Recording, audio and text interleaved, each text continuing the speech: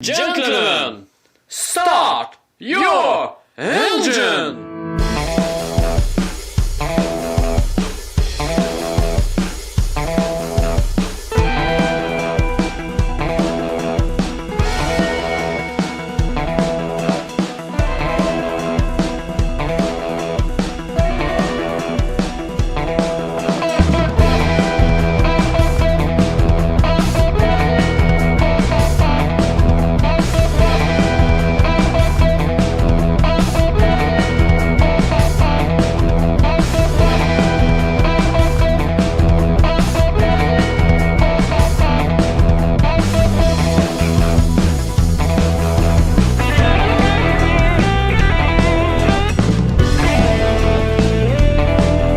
Cette semaine, on a un programme très chargé. On va rentrer en détail dans le monde de l'asphalte. Pas mal fier de recevoir à cette nouvelle web émission 3 panélistes invités et 3 gars qui ont pas mal d'expérience.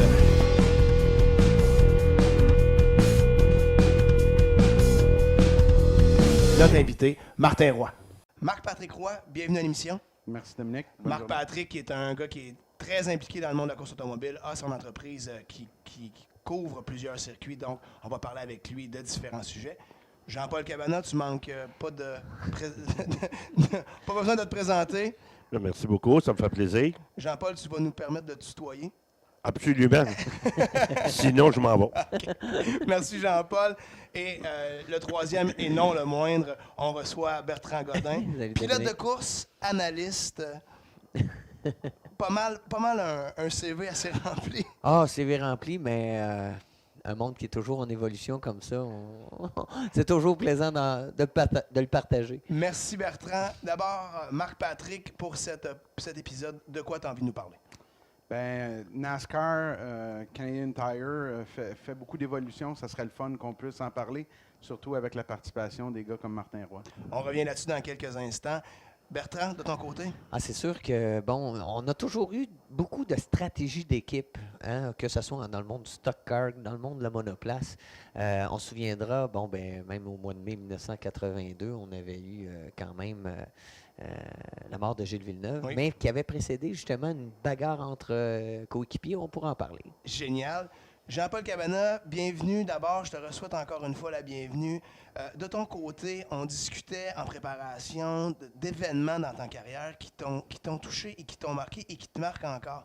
Tu as accumulé 503 victoires dans ta carrière et certains gens doutent encore de cette réalité, de cette statistique. Parle-nous un peu de ça. Comment on se sent à travers ça? Bien, l'affaire, je suis content que tu en parles parce que beaucoup de monde, il y en a, oui, surtout quelques Québécois, ils doutent de ça parce que l'affaire est très simple. Moi, j'ai commencé en 1953, mais j'étais très jeune.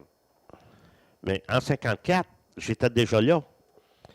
Puis on courait dans ce temps-là, puis toutes les courses comptaient. Et voilà l'affaire. Si je te donne, mettons, un exemple à la Prairie, qui avait une piste de terre, j'ai déjà gagné 8 courses sur 9 un après-midi.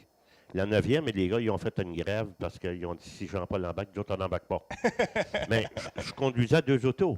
Tu sais. Dans ce temps-là, ils appelaient ça les novices et les experts.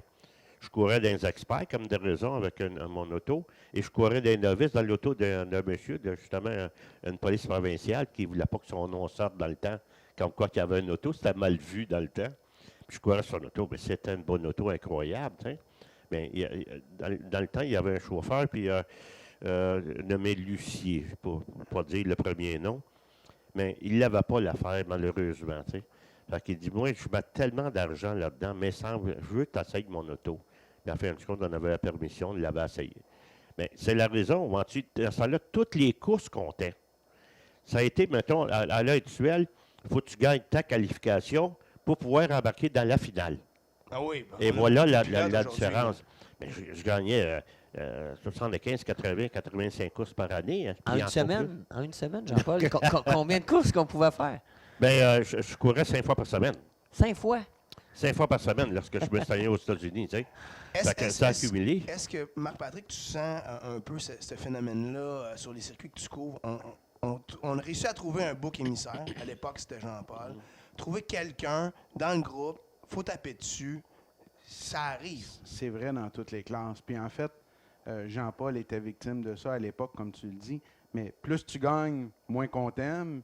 Puis des fois, moins que tu gagnes, ben on t'aime plus parce Ah qu'on oui. voudrait que tu gagnes. Fait que c'est effectivement. Puis aujourd'hui, que ça soit Patrick Lapelle, que ça soit des Steve Côté à Saint-Eustache, que ça soit même, je suis convaincu que dans les camions, les Guénettes, les Lavignes, ça a tout passé. Adam dans le temps, ça a tout passé là. Mais je peux comprendre, pour ceux qui sont actifs, qu'on soit un peu jaloux. Mais d'une légende, d'un gars qui a roulé sa bosse, qui aujourd'hui, on ne peut que féliciter un gars comme Jean-Paul Cabana d'avoir vraiment. Regarde, c'est une ligne de vie là, d'avoir couru autant d'années, d'avoir gagné 503 courses. Mais regarde, ça n'a pas été que des victoires. Il y a eu des moments difficiles aussi là-dedans. Et ça, je pense qu'aujourd'hui, faut pas jalouser. Il faut rendre à César ce qui appartient à César. Est-ce qu'on aurait besoin de ce genre de musée, Ça, c'est un temple bon. de la renommée du Oui. sport québécois, une Oui. association qui permettrait à des gens comme Jean-Paul, des gens qui ont Oui. fait leur marque, d'être reconnus à leur juste valeur et d'arrêter d'en discuter. Jean-Paul, tu penses quoi de ça? Ben, ça a l'air réellement de l'allure, ça. Moi, personnellement, j'en ai un musée. J'ai un musée chez moi, j'ai tout défait. J'ai acheté une ancienne école paroissiale, qu'on appelait là. J'ai défait 3 chambres en bas, puis j'ai fait un musée personnel. Tout le monde peut venir voir ça. Puis ça coûte rien, bon, c'est ça qui est l'avantage. On veut Il y a l'adresse. des photos là-dedans, c'est incroyable. Ouais, va falloir fouiller pour l'adresse de Jean-Paul. Ouais, on va veut tous l'adresse, aller- là. Tous aller cogner à sa porte. Il y a des photos avec Richard Petty, parce que faut dire une chose, quand Richard Petty, la première fois qu'il a conduit une auto Chevrolet, parce que c'était un gars de Dodge dans le temps, même s'il est avec Ford aujourd'hui, il a conduit mon auto. J'avais loué mon auto je crois que c'est à STP ou Molson, quelque chose de même, puis il avait couru à mon sport avec mon auto. Il avait qualifié deuxième à mon ça, mais c'était toutes des petites autos, toutes des Camaro qu'il y avait. Mais moi, j'avais un Monte Carlo dans le temps, tu sais. Fait qu'il m'a fait. Marc-Patrick, moi puis toi, nos musées seraient peut-être un peu moins pleins, mais celui de Bertrand, Ouais. d'après moi, puis celui de Jean-Paul, juste à l'eux deux, on pourrait... Je suis loin d'être au niveau de Non, non, Jean-Paul. mais quand même. Mais j'ai quand même quelques vieilleries dans mon garage, puis j'en suis fier. Mais ce qui est intéressant dans ce que Jean-Paul dit et ce que tu demandais, Dominique, on est à peu près le seul endroit, que ce soit au Canada ou aux États-Unis, qui n'a pas de musée pour justement commémorer les bons souvenirs. On va à Nouvelle-Angleterre. Jean-Paul, je ne me trompe pas, Ouais. tu es membre Ah oui. du NEAR, New England Racers Association. En Ontario, ils ont ça. En Nouvelle-Écosse, au Nouveau-Brunswick, ils ont tous ça. Puis ici, ça On a un reste à- musée. Je Vas-y, vais t'en Jean-Paul. compter une bonne. Vas-y, Jean-Paul. Le Temple de la Renommée au Québec. Moi, je suis un Québécois. Mais je suis pas au Temple de la Renommée au Québec. Ça se peut-tu? J'ai gagné dans le temps qu'il y avait 3 ans de fil. Là, il y a des petits trophées, dessus là, le domaine du sport ou quelque chose de même. 3 ans de temps, j'ai gagné ça. Mais au Temple du sport, je ne suis pas là de la course automobile. La reconnaissance, Exactement. Je suis même pas là.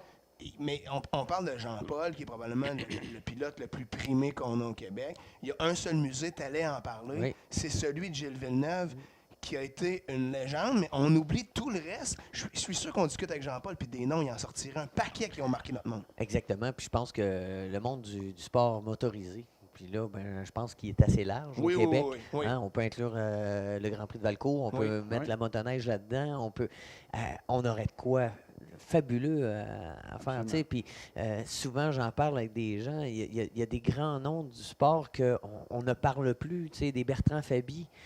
Qui ont réussi à gagner 3 titres dans la même année en Europe. Stéphane Proulx, Christian Vandal, Bourbonnais, même Richard Spenard. Est-ce qu'on en parle à sa juste valeur de Richard Spenard? Non. Donc, vous savez, les gens ont tendance à oublier tout ça. Puis il y a des nouvelles générations qui ne se rendent pas compte qu'est-ce que des gens comme Jean-Paul ont passé à travers. Puis il y a des anecdotes tellement savoureuses.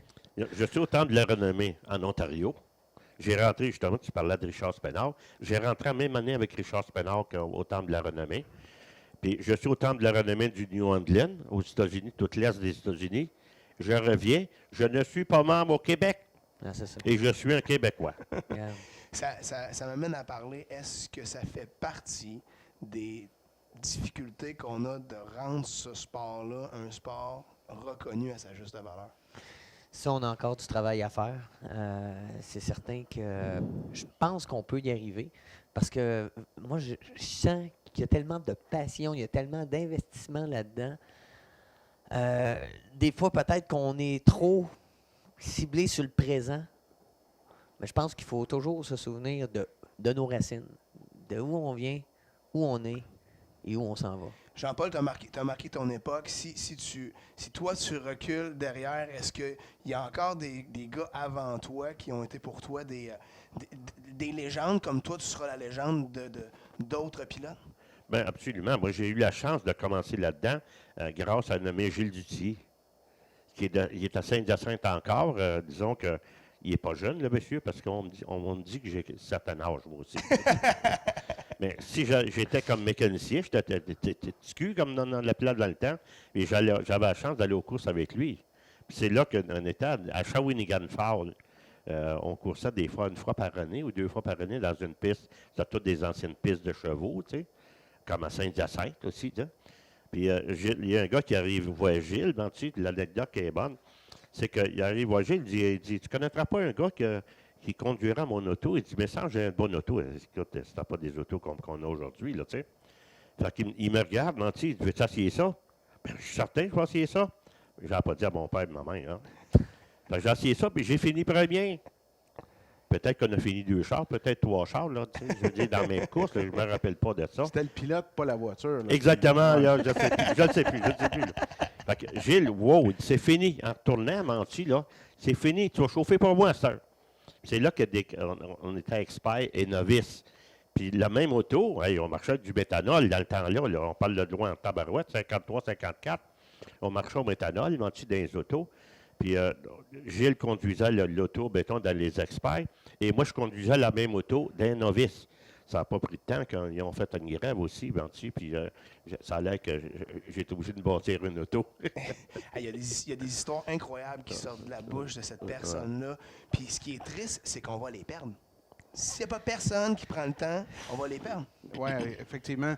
Puis j'ai eu l'opportunité de parler avec Jean-Paul aussi d'un livre, Beat the Beaver, que Beaver Dragon a fait, parce que justement, ça a été repris, ce genre de concept-là. Une personne a écrit les anecdotes, les vertes et les pommures. Dans le cas de Jean-Paul, est-ce qu'il y aurait plus de vertes ou... C'est toutes des vertes. Ah, ça dépend comment on les regardait. Les pommeuses. Tu parles de quoi, donc? Les gars, merci Jean-Paul. Tu restes avec nous autres. Tu vas t'impliquer dans les autres discussions. On aurait vraiment avantage à prendre ça puis à amener ça quelque part avec le web. Ce serait si simple de prendre du temps, s'asseoir avec Jean-Paul, quelqu'un qui sait écrire, puis de le faire. On a voulu faire un livre avec moi. C'est Michel Barrette, que j'ai rencontré une fois ou 2, mais je sais qu'une fois, oui, officiel. Puis Michel voulait faire un livre avec moi. Mais on s'est perdu un peu, Michel puis moi, puis on n'a pas eu la chance de se rencontrer beaucoup, là. Est-ce qu'il y a encore l'idée? Bien, il y a tellement d'ouvrages gars-là à l'heure actuelle avec toutes les émissions qu'il fait. Il n'y a peut-être plus le temps de passer ça, mais il voulait faire un livre sur ma carrière au complet. Le message est lancé. On se retrouve tout juste après la pause avec nos 3 panélistes invités, et on discute encore de course automobile. On discute maintenant avec Bertrand Godin. Bertrand, de ton côté, tu as jeté un coup d'œil. On a eu des événements dans les dernières semaines qui t'ont marqué par rapport à la stratégie, à l'espèce de rivalité qui s'installe dans les équipes de course. Sous quel angle ça t'a touché? Sur plusieurs angles. Hein. Sur l'angle humain, premièrement, on le voit à quel point le sport automobile devient émotif. On l'a vu au Grand Prix de Malaisie, notamment avec Vettel et Weber, alors que la consigne était bien claire. Et puis, je pense que la maturité de Vettel a fait défaut. Mais c'est de voir à quel point, par exemple, Adrian Newey et les autres membres de l'équipe ont pointé du doigt Vettel. Et ça m'a rappelé les événements de Gilles Villeneuve et Didier Perroni. Parce que, bon, on remonte en 1982, Grand Prix d'Imola, consigne d'équipe est claire, alors qu'on demande de respecter les positions. Perroni, qui est deuxième, essaie de passer Villeneuve. Les deux se battent. Perroni passe. Perroni gagne la course. Puis on sait à quel point Gilles Villeneuve était perturbé. Il s'est enragé. Pour rappeler aux gens ce qui s'est passé avec l'équipe Red Bull, c'est que la consigne était très claire. On devait terminer dans les positions en piste comme il était là. Et on a quand même décidé de passer pour venir remporter une victoire. Et chez Red Bull, on semble avoir une façon différente. On a comme un peu démocratisé la Formule 1. Est-ce que tu penses qu'il y a quelques années, on aurait entendu parler de cette... Chez Red Bull, on a dit clairement qu'on n'était pas content de ça, que c'était un problème. Puis on sentait qu'il y avait vraiment un problème dans l'équipe, là. Ah, il y a là, oui. Puis tout ça, pourquoi? Parce que Vettel n'a pas été assez mature pour respecter l'ordre. Puis c'est sûr, il y en a qui vont voir ça en se disant, « Hey, regarde, là, on voit un vrai gagnant. Le gars, il veut gagner. » Mais jusqu'à quel point il va gagner? Parce que sur le plan politique, Vettel a perdu tellement de plumes. Puis c'est drôle parce que je voyais comment Ferrari, à l'époque, avait géré la situation. Et on n'avait pas senti Ferrari vraiment derrière Gilles Villeneuve. Tu sais, c'était comme, oui, on a donné des ordres, mais il faut se souvenir qu'à l'époque, Gilles avait déjà tenté de démarrer sa propre équipe. Donc, il était sur le point de quitter Ferrari. Donc, tout le jeu de coulisses de politicaillerie existe. Puis, Jean-Paul, dans le soccer, je pense que c'est la même affaire. Il y en a beaucoup. Mais moi, j'en reviens pas que le gars qui est plus vite que l'autre ne peut pas aller en avant.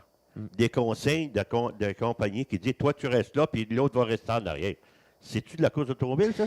Ça, c'est pas de la course. Mais moi, Villeneuve pourrait en parler de ça. Ben Jacques, puis regarde, j'ai vécu une situation à Toronto en 1996. Je faisais les 4 dernières courses de la saison pour Players. Sur le programme Players. Sur le programme. À l'époque où tu étais vraiment en développement, tu frappais à la porte. Là. Ben, je frappais à la porte. J'avais remplacé Claude en 95, Claude Bourbonnais, qui avait été blessé à Nazareth pour 3 courses. Et puis, ça a super bien été. Je m'attendais à avoir une saison complète. Finalement, on me dit, garde Bertrand, tu vas faire les 4 dernières courses. Donc, j'arrive vers la fin de la saison. Empringham mène le championnat. Claude, ça va mieux. Puis là, on vient greffer un boulet qui était ma voiture, puis moi, dans l'équipe. Première course à Toronto, je passe David Empringham. Et là, j'étire l'avance. Et là, dans mes écouteurs... j'entends Bert, can you let by David, please? Là, peux-tu ralentir, laisser passer David? Hey, ça a passé proche que j'arrache mon fil de micro, de casse, en me disant, maudit, il était débranché. Ça n'a aucun bon sens. Ça n'a aucun bon sens, cette consigne-là existe, surtout chez un jeune pilote qui va là pour gagner. Sauf... Se faire un nom? Oui, mais sauf que là, le problème, Castro Neves, là, il est pas loin de David Empringham au championnat. Puis là, je suis en train de faire le pont entre les deux. Là, je me dis, si je fais ça, ben, je vais perdre la commandite de Players. Donc, j'avais un choix politique à faire pendant que j'étais dans l'auto. C'était l'enfer. Je l'ai fait. En 2 virages, 3 changements de Mais vitesse. j'ai pas été hypocrite. En pleine ligne droite, j'ai levé mon bras, j'ai fait signe de passer. Puis après ça, quand on m'a mis les micros sous le nez, j'ai dit, ben regarde, on m'a demandé de la laisser passer. Puis j'ai dit, regarde, c'est peut-être les points qui vont manquer à David de gagner le championnat. On est une équipe. Ça me tente pas parce que c'est la dernière affaire qu'un pilote veut faire, laisser passer. Sauf que j'ai été obligé de manger mes bas. Marc-Patrick, ça m'amène à parler. On parle de politique. On sent cette espèce... Surtout sur l'asphalte, je pense que c'est assez marqué avec le rough driving, le pilotage un peu plus sévère. On voit en NASCAR les fins de course, les bump and pass. On sent des rivalités énormes et certains pilotes en payent le prix. Oui, effectivement, que ce soit par leur réputation. Un pilote qui est jugé rough driver ou un pilote un peu plus agressif, les caméras sont braquées sur lui, on le surveille, puis il n'y a pas de place à l'erreur. Puis... Mais c'est pas ça qu'on veut aussi. T'sais, on dira ce qu'on voudra, là. Dale Earnhardt a fait sa réputation de cette carrière. Il a amené sa carrière sur cette façon de piloter-là.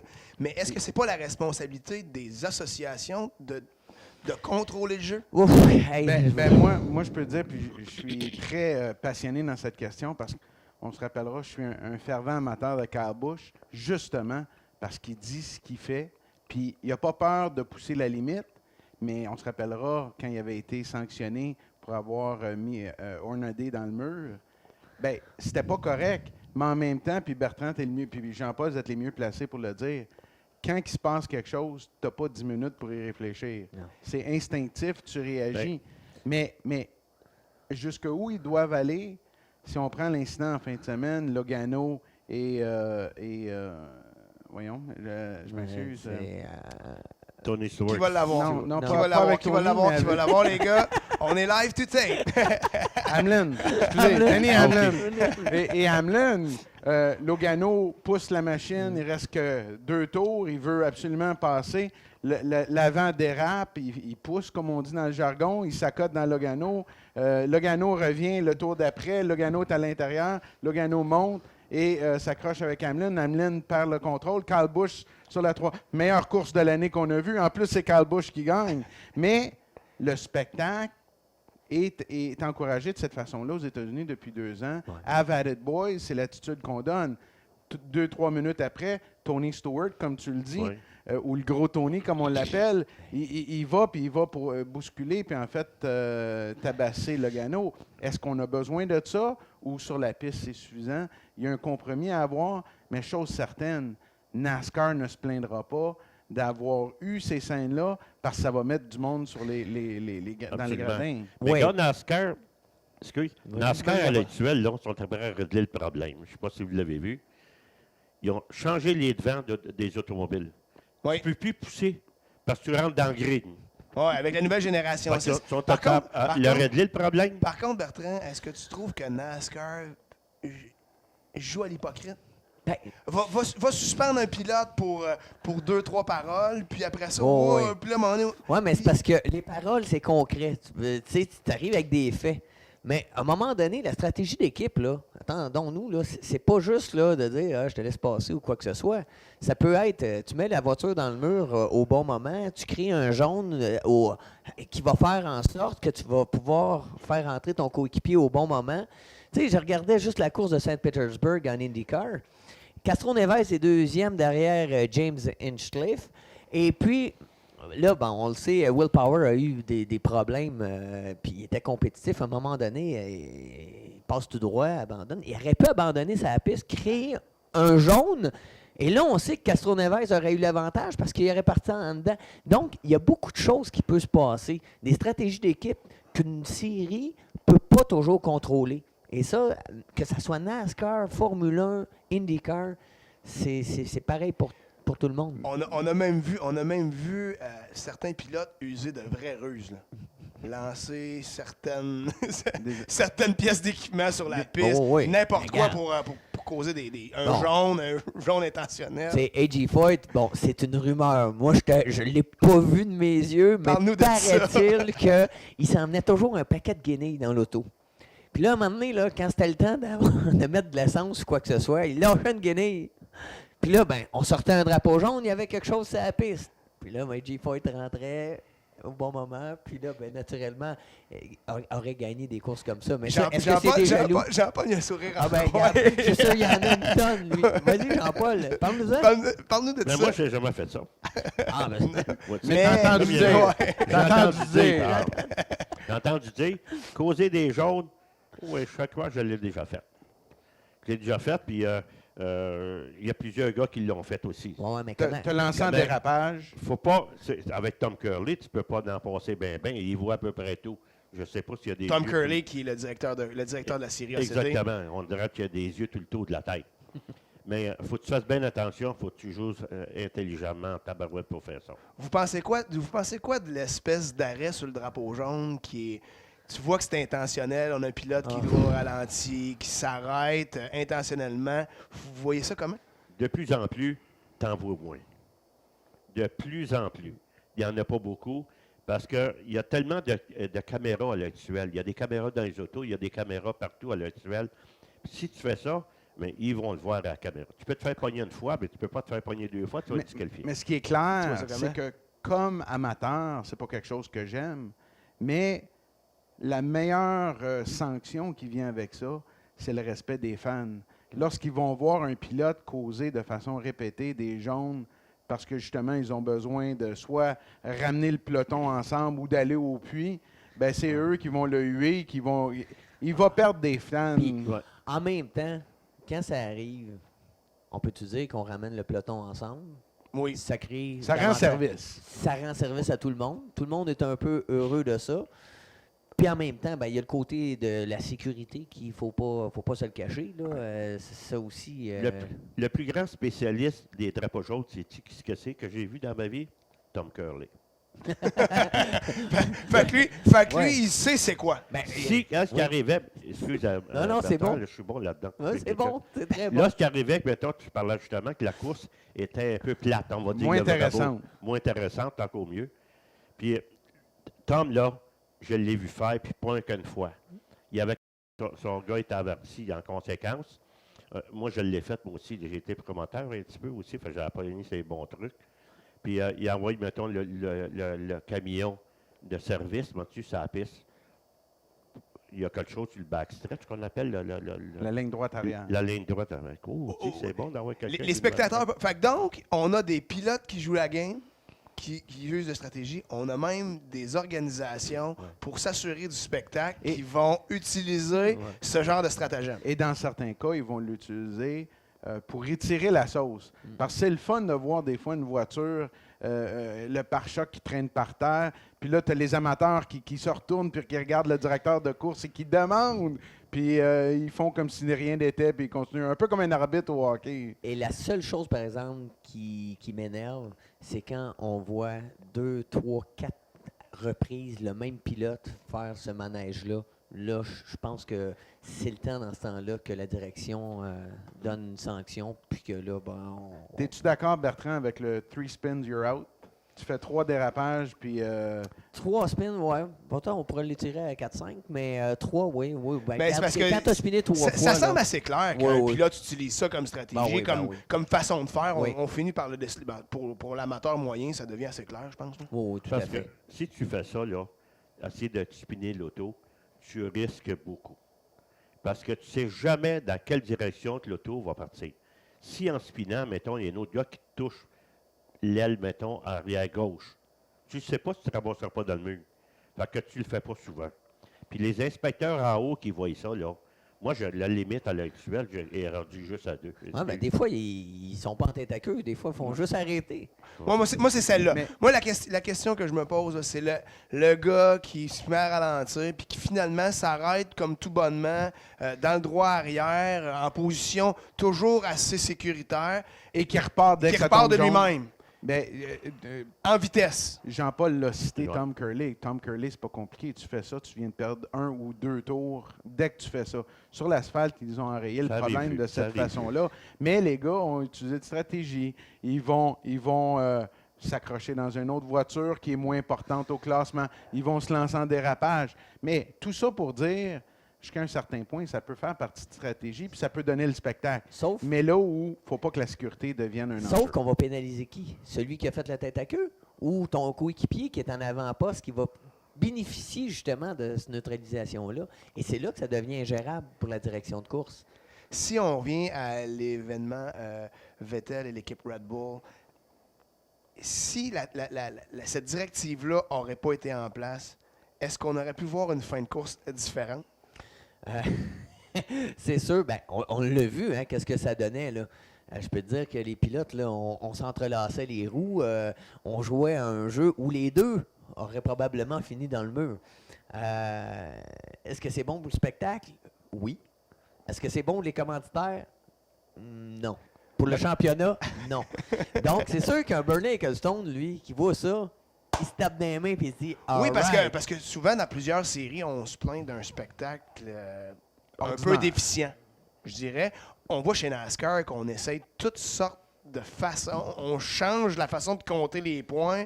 On change les couleurs pour essayer de trouver un spectacle intéressant pour tout Mais le monde. ce qui n'est pas... Là où j'ai de la difficulté avec ça, à ce que tu viens de dire, Dominique, c'est que si on change les règles du jeu semaine après semaine, c'est là où ça ne devient pas intéressant. Exact. Si on prend en Coupe Sprint ce qui vient de se passer, on a pénalisé Jerry Clemens pour avoir dit une référence raciale hors caméra, en discutant avec un journaliste, mais un officiel l'a entendu, Tony Stewart.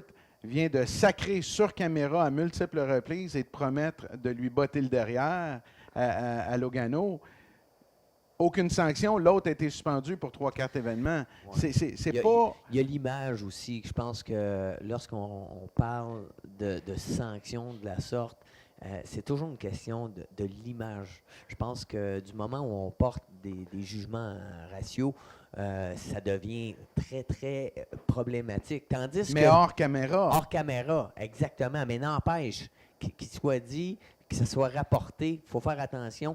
Quand tu portes le logo NASCAR, tu as une responsabilité. OK? Tu deviens plus un individu, tu deviens un membre de la famille NASCAR, au même titre que quand on portait notre suit Players, on représentait Players. Il fallait faire attention à ce qu'on disait, nos Fallait-tu Un du agissements. protocole. plus? Un Non, protocole. non, il ne pas fumer. Mais je peux vous dire, par exemple, que quand on arrivait aux entrevues, on avait une feuille, c'était Q&A, question-réponse. Si on te pose telle question, C'est c'est ça. ça que tu réponds. Ouais, mais c'est pas ça. Non, non, c'est ça que tu réponds. OK? Donc, c'est sûr que ça nous enlève une certaine saveur. Sauf que, bon, quand on lance un défi, comme Tony Stewart l'a fait, ben là, ça anime le sport. Moi, là, Et on s'en va à personnellement... Martinsville. Ouais. Oh, ça va pas. Ouais, pour ceux qui l'auront vu, lorsque passerait l'émission, Martinsville sera certainement l'événement, encore une fois, à surveiller. Il va y avoir d'autres discussions là-dessus. Oui, certainement. Bertrand, pour terminer, d'accord ou pas d'accord avec la stratégie? Ah, la stratégie, regarde, d'accord et pas d'accord, dans le sens que c'est impossible à gérer de un, OK? Et on ne pourra jamais empêcher un commanditaire, OK? C'est lui qui met l'argent, c'est lui qui décide. Puis si tu n'as pas ça, ben regarde, tu vas aller balayer dans ton garage. Merci Bertrand. On revient tout juste à l'autre côté de la pause avec MP Marc-Patrick Roy qui nous parle de la série NASCAR Canada. Notre prochain sujet touche directement notre invité Martin Roy avec qui on discutera un peu plus tard. Mais un autre roi va nous parler de la série NASCAR Canada et la direction prise par la série. Marc-Patrick, tu as observé un peu ce qui se passe et tu connais beaucoup les séries qui se rattachent un peu ou qui viennent en soutien à NASCAR. Qu'est-ce qui te touche dans ce sujet particulièrement? Mais ce qu'il faut comprendre, c'est que NASCAR Canada, c'est une évolution d'un produit qui était vraiment, je vais dire, local ou régional sous la gouverne de Tony Novotny. On avait CASCAR, qui ensuite est devenu la série nationale CASCAR. Mais ce qui est désolant comme amateur, et je suis certain pour les compétiteurs, c'est que c'est un produit qui demeure vraiment uniquement canadien. Pourquoi? Parce que c'est des voitures qui sont différentes de celles qui sont utilisées aux États-Unis. Malgré un marketing incroyable, malgré une réputation, c'est quand même un produit régional, si je peux dire, national un peu, mais qui malheureusement ne permet pas un tremplin vers les autres formes de courses de stock car NASCAR. Et ça, je trouve ça dommage parce que on a vu cette série-là, justement, devenir de plus en plus populaire. Et professionnel, il faut le dire. Professionnel, puis probablement parce que, justement, c'était très local, c'était ontarien avant tout.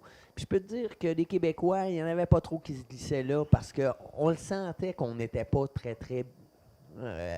Pas bienvenu. Pas bienvenu, oui, c'est le cas de le dire. Mais en même temps, moi, je pensais sincèrement que lorsque Canadian Tire s'est impliqué, que la machine marketing serait encore plus forte que ça.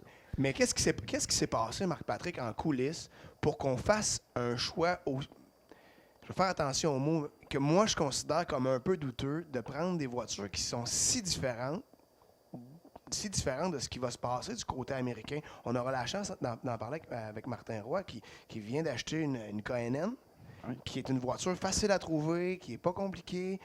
Pourquoi on a fait ce choix-là? Ben moi, je dirais que c'est une évolution du passé, justement. Tony Novotny avait une entreprise qui s'appelait Performance Fiberglass. Il faisait des carrosseries. Donc, il voulait s'assurer probablement de protéger son marché et donc, il voulait des carrosseries différentes. Mais de là est venue l'évolution des châssis. Bien, ils fonctionnaient, Jean-Paul, tu t'en rappelles, avec des vieux frames de cheval. C'est devenu désuet. Fait que là, on a été tubulaire, mais on a gardé les propriétés des frames de l'époque. Mais on n'a jamais fait le passage comme la tendance se fait aux États-Unis. Puis on sait, la force de toutes les séries, c'est celle où il y a un grand nombre de voitures. Jean-Paul, ton il y a- époque était fort différente là-dedans. Complètement différent. C'est out of the record. Je veux dire, on n'a pas out of the record, mais je veux dire, on en parlait avant l'émission. On parlait des fameux règlements qui avaient passé à Deux-Montagnes. Et les autos qu'il y avait là ne pouvaient pas aller ailleurs. Moi, je suis Série Sportsman à l'époque où Exactement. on avait une espèce de problème avec les Ouais, voitures quasiment pareilles, mais différentes à la fois. Là. Vois-tu, moi, à mon école, on peut dire notre école, puis j'ai des associés maintenant, on a 8 voitures. On a 7 voitures nationwide. C'est grave. Mais je n'achèterais pas un Canadian Tire parce que Martin va en parler tout à l'heure. Moi, je trouve, c'est mon opinion personnelle, c'est désuet. Les freins là-dessus, j'ai vu les freins chez Martin, dans le garage de Martin. C'est incroyable, user des freins de même. Mais c'est des freins de D'origine. série, là. Ah oui. On Oui, parle oui. pas de freins de course, mais ils ont Non, des moteurs d'origine. et des moteurs qui développent une cylindrée incroyable. Exactement. Est-ce que le monde de l'asphalte n'a pas une espèce de problème à s'unifier dans cette direction-là? On va en parler. La série PASS, la série ACT, même pour l'amateur moyen, Ben- on se considérait qu'on n'est pas des amateurs moyens, on est Oh, très non, impliqués. non, oui, oui. Est-ce que tu arrives à comprendre tout ça? J'ai de la misère à comprendre, puis ça, ben, on n'en parlera jamais assez. Quand une série comme la série Canadian Tire NASCAR coûte autour de 300 000 pour la saison, écoute, on parle quand même de voitures à tubes, là. On parle de voitures tubulaires, des moteurs, regarde, quand on parle de fin de série, ça ne devrait pas coûter aussi cher que ça. Puis Effectivement. si ça coûte cher comme ça, au moins que le gagnant soit supporté par Canadian Tire pour aller en Nationwide, pour faire quelques courses, peut-être pas une saison, parce qu'on le sait, c'est autour de 6-7 millions là, en Nationwide, mais qu'on ait un support. Or, on a vu Andrew Ranger gagner la série à multiples reprises. Puis là, Dominé même. Et dominé. Et qui c'est qui avait la commandite en Nationwide? Stock Stackley Exact. et Ron Fellows. Donc, c'était complètement illogique. Et c'est là que je trouve que la série fait défaut.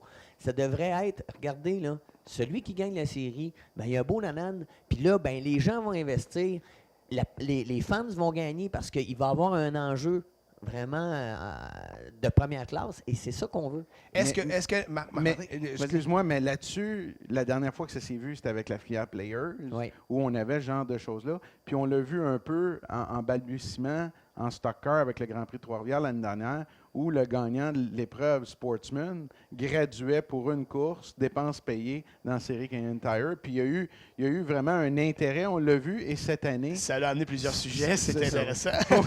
Mais On en cette- parlera plus Et tard. cette année, Jean-Paul en a fait référence, les deux séries Sportsman, Sportsman Québec et Sportsman Saint-Eustache, vont s'unifier pour cette épreuve-là, donc ça pourrait être encore plus intéressant. Mais on va vivre vraiment un problème avec NASCAR Canada si on n'arrive pas à développer ou à apprendre. On a perdu Montréal. Oui. On a beaucoup moins d'ovales. C'est beaucoup plus des épreuves de circuit routier. Puis si on y pense, il reste Trois-Rivières, puis c'est tout. Ouais. Donc, quand on a vu des Isabelle Tremblay, Ray Courtemanche, Martin Roy s'approprier des voitures, y participer. Sporadiquement, il y a eu Patrick Lapelle, il y a eu Coursol. Jonathan Beauvrette, Coursol, père et fils. Les frères Dumoulin, est-ce que ça va faire qu'il y aura moins de présence des Québécois? Moi, je pense que oui. Moi, Je pense que oui. puis le fait que justement que ces voitures-là soient si difficiles à se procurer pour un prix abordable, une voiture de NASCAR Canada coûte extrêmement cher à faire préparer et la disponibilité est très petite.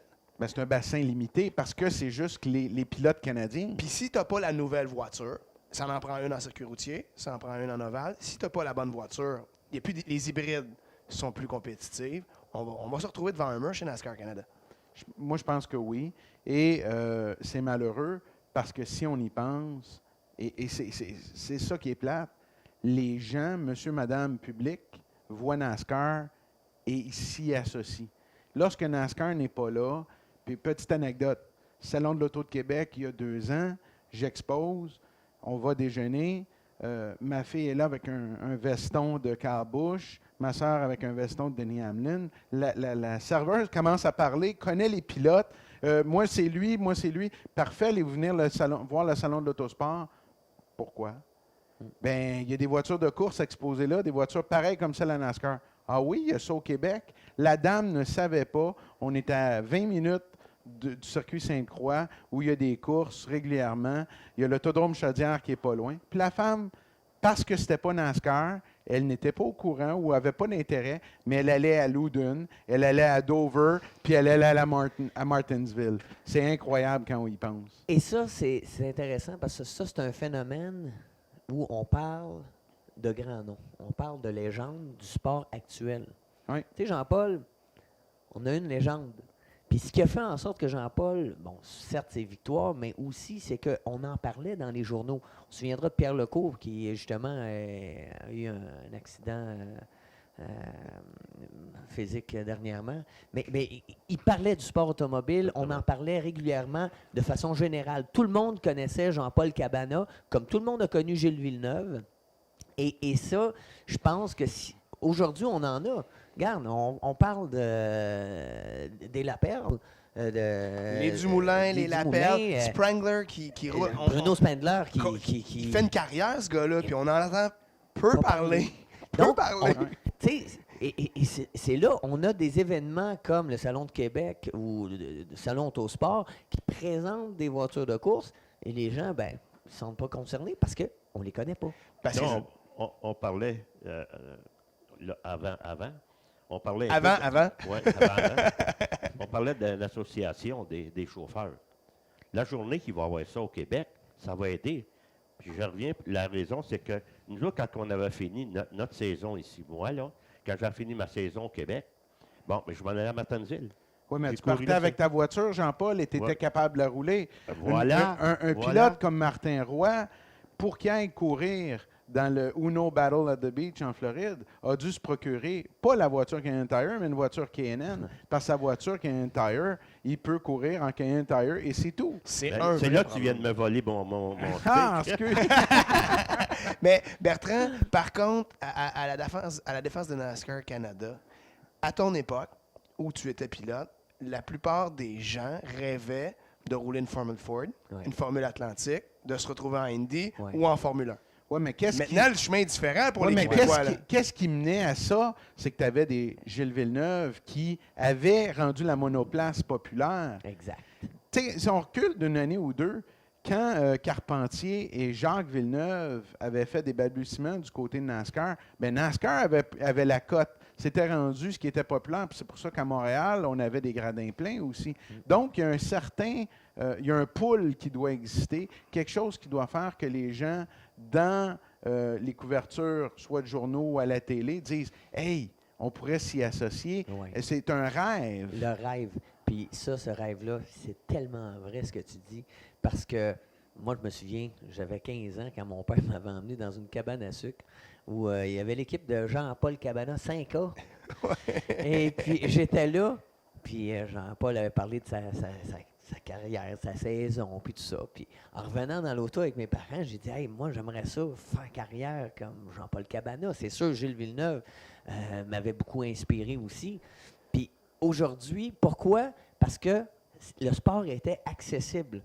Puis c'était vraiment l'événement.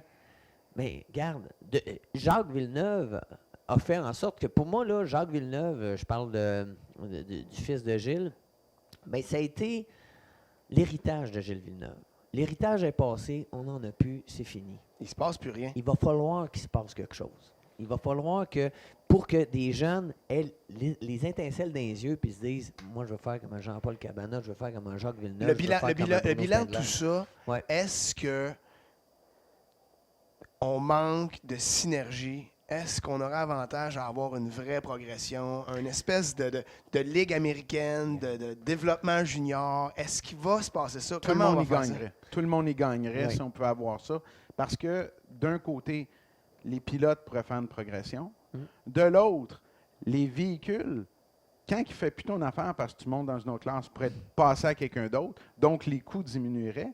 Puis en plus, ben, si toi, tu veux courir localement dans la région de la Beauce ou dans la région de Montréal, tu le fais. Mais une fois de temps en temps, ça te tente de greffer un ou deux événements qui sont plus loin, te permettent de sortir avec la famille, peut-être avec le motorisé ou la roulotte, chose que tu ne peux pas te faire de façon régulière. Ça serait gagnant. Puis en plus, pensons-y, le spectateur qui ne voit pas Puis tu vas prendre un exemple. Le pilote qui vient de la Beauce, qui ne le voit pas à Montréal sur une façon régulière, ben, il va être intéressé à le voir. Et l'inverse surtout, quand un pilote de Montréal va partir puis il va aller dans la région de la Beauce, puis ils vont dire, si je prends un exemple, ben, un Maxime Pelletier ou un Steve Côté ou un Martin Goulet qui compétitionne à Montréal régulièrement, puis qui s'en va là-bas, puis que les gens savent, hey, lui, il a tel comportement en piste où il est bon, ben, ça va créer un attrait et un intérêt. Et ça, il y a une chose, par exemple, il y a un phénomène, il faut faire attention. Souvent, on voit les gens de chaque secteur de sport automobile. Mettons, la terre battue dit « Ah, l'asphalte, c'est ci ». Les gens d'asphalte disent « Ah, la terre battue, c'est ci, c'est ça. Ah, la monoplace. » Tu sais, c'est comme, moi, là, je vois ça comme de la musique. Les gens qui aiment la musique, là, que ce soit de la trompette, du piano ou n'importe quoi.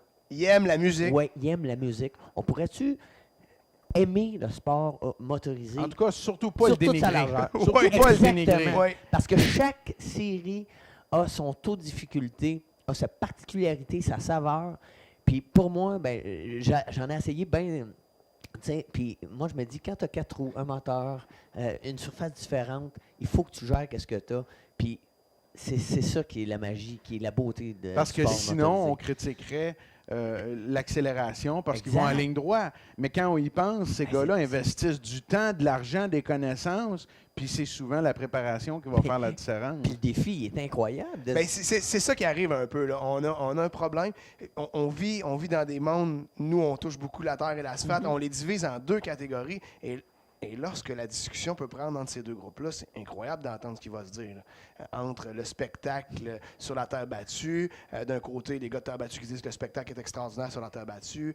Du côté de l'asphalte, les gars vont dire « Ah, ben l'asphalte, c'est des vraies courses, c'est là que ça se passe. » Donc, ça, on aurait avantage à ce que ça se place et que ça s'emboîte dans un seul Dans le plan. temps de Jean-Paul, il faisait les 2 avec la même voiture. Ouais. Je reviens tout à l'heure que j'avais commencé. Mon ami, ils m'ont coupé. C'est que moi, l'avantage que j'avais, on avait le Journal de Montréal qui nous aidait. Là. On a perdu un Pierre Legault. Aime-les pas, Pierre Legault, il était tout le temps là. Je m'en allais à Martinsville après la saison finie ici. Le lundi, dans le Journal de Montréal, ou le mardi, c'était marqué qu'est-ce qu'on avait fait. Après ça, la semaine suivante, je m'en allais à Manassas, parce que les gars, les Américains, disaient « Viens t'en nous autres, dans ton cours à telle place. Mercredi, on s'en va à telle place. » On allait là, on allait à Richemont, on allait à X nombre de places, et lorsqu'on n'avait plus d'argent, on revenait. C'était exactement ce qu'on faisait. On se gardait un peu d'argent pour payer le gaz en revenant. Mais là, je reviens au Journal de Montréal, on avait un journal qui nous suivait presque tout le temps. Il y a quelqu'un de l'équipe qui était Yvon Larrivée dans ce temps-là, qui envoyait un communiqué, mettons à Pierre Legault, en tout cas, il envoyait un communiqué, et ça sortait que j'ai fini 10e, que j'ai fini, mais j'avais été m'essayer là. Okay? Donc, Quand tu parles de Richemont, tu parles de Martinsville, wow, tu tombes dans des courses de grands, là, si tu veux. Et c'est là qu'on a développé, mettons, la mécanique aussi. C'est qu'on avait la chance de voir ce qu'il y avait de nouveau, parce qu'on n'en sortira jamais. Toute la mécanique vient des États-Unis. Donc, les 4 grandes sphères, messieurs, en terminant, auront avantage à s'entendre. Promoteur, pilote, journaliste Et spectateurs. et spectateurs devront finir par faire un tout si on veut que notre sport reste en santé. Merci, messieurs. Merci pour ces 3 beaux sujets. On va revenir de l'autre côté de la pause avec Martin Roy. On lui a préparé des questions. On va jaser encore de NASCAR Canada. Notre prochain invité, il est né en 1974 à Québec. Il a 27 saisons au volant d'une voiture de course. Il débute sa carrière derrière un volant de kart, touche ensuite au motocross, fait ses premières armes sur la terre battue en sportsman, participe à la classique sur le Maudie Mile de Syracuse. Il est le premier Québécois à mener cette épreuve. En 2005, il remporte le championnat à Drummondville, termine 2e à Granby, revient à ses anciennes amours pour revenir sur l'asphalte du côté de Plattsburgh, remporte à 2 occasions le championnat, entre autres en 2011. Il est le premier Québécois à détenir 2 fois un championnat sur cette piste, avant de refaire le saut en NASCAR Canada, où cette fois-ci, il remporte le trophée de recrue de l'année. Notre invité, Martin Roy. Martin, bienvenue à l'émission. Merci d'être là. Tu arrives d'un long voyage. Tu es allé du côté américain pour débuter ta saison. L'an dernier, tu as fait le saut en NASCAR Canada. 2 ans en NASCAR Canada? Ben, l'année passée, full-time. L'année d'avant, j'avais fait 4 programmes. Comment s'est passée ta transition à revenir vers l'asphalte par rapport à Plattsburgh, par rapport au monde de la terre battue? On t'a beaucoup vu dans les dernières années courir sur la terre battue. Parle-nous de la transition un peu entre les deux. Ben, la transition, c'est bien faite parce qu'au départ, si on recule dans le temps, j'ai fait beaucoup d'asphalte. J'étais allé faire un tour sur la terre, mais j'avais déjà touché à l'asphalte dans le passé, dans la série American Canadian Tour, la série que Jean-Paul courait. Puis, dans le fond, ce que j'ai trouvé le plus dur au niveau de la série Canadian Tour, parce que quand je courais à modifier l'asphalte à Plattsburgh, c'était les circuits routiers. Avec les changements de vitesse, que ça, j'avais fait ça en Formule 125 dans les années 90 environ. 89. C'est exactement 89. C'était la dernière année que j'avais touché au changement de vitesse. Puis ben, c'était un petit peu ça dans la série Canadian Tower qui était mon défi. Puis de recommencer à conduire des voitures aussi où les habitacles sont fermés. On n'est pas assis au centre, on est assis à gauche. C'est une autre technique de conduite. Mais c'était surtout au niveau des circuits routiers. Puis j'étais allé demander conseil à mon ami Bertrand Godin. Secret de Polichinelle, vous avez travaillé ensemble toutes les deux. Exactement.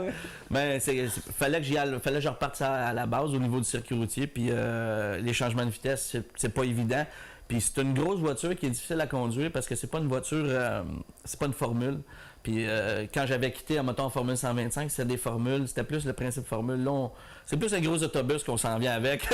Ça, je trouve ça intéressant quand on parle, parce que bon, l'expérience de l'ovale, c'est fin l'ovale, ça demande beaucoup de concentration. Mais quand on parle de défi justement du changement de vitesse, c'est quoi tu veux expliquer, Martin? Ben, au niveau des circuits routiers, premièrement, dans un ovale, on tourne, puis c'est le RIP, puis on adopte un RIP, c'est au RIP qu'on va, puis on a des points de repère assez facilement. En circuit routier, on n'a pas de points de repère. Il faut se développer des points de repère. C'est là que ça devient difficile. Il faut identifier les points. C'est un petit peu ce que Bertrand m'avait expliqué au départ. Tu sais, les pancartes de freinage, 150, 100. Bien, quand tu t'en viens, il faut que tu fasses tes séquences de freinage avec tes changements. Tes vitesses. Tes vitesses, exactement. Puis c'est ça qui est difficile au départ, de te démêler dans tout ça, d'avoir des bonnes vitesses dans les entrées de coin, parce qu'il n'y a pas un coin qui est pareil. On vire à gauche, on vire à droite. Faut faire des bonnes séquences de changement de vitesse parce que ou bien la voiture va se mettre à s'outiller ou bien on n'aura pas un bon temps au niveau du freinage.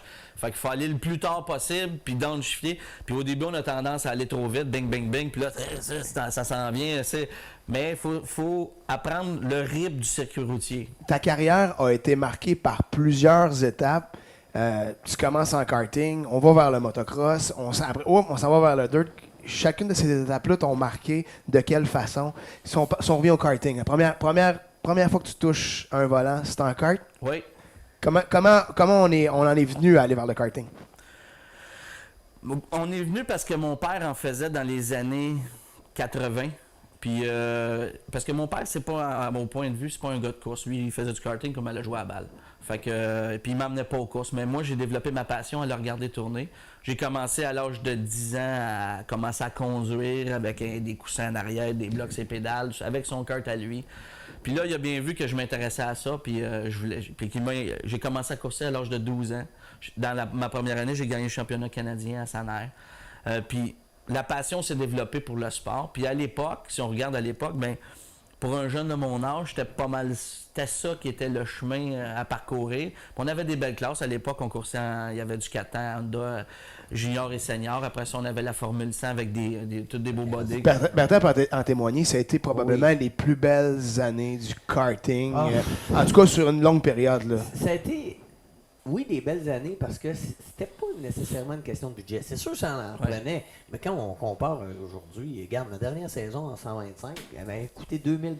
Bon, on me prêtait le kart, mais quand même, aujourd'hui, quand on parle là, de 30 000 $ au minimum, ça, c'était des belles... Puis c'est vrai que il y avait une magie là-dedans. Moi, je me souviens... Première course en 125, c'était Sainte-Agathe-des-Monts, je pense. Ça se peut-tu ou... C'est loin de ma mémoire, mais c'est une des premières que Toi, t'as la mémoire incroyable. Avec toi, Bertrand, oui, parce qu'on disait, hey, regarde, le petit Martin Roy. Puis, écoute, il était pas grand, là. Il y a le passage en karting. Après ça, on s'en va au motocross. Oui, ben j'ai fait, en même temps de faire du karting, j'ai fait du motocross. OK. C'était ensemble que... C'était en parallèle. Exactement. Après ça est venue la série ACT.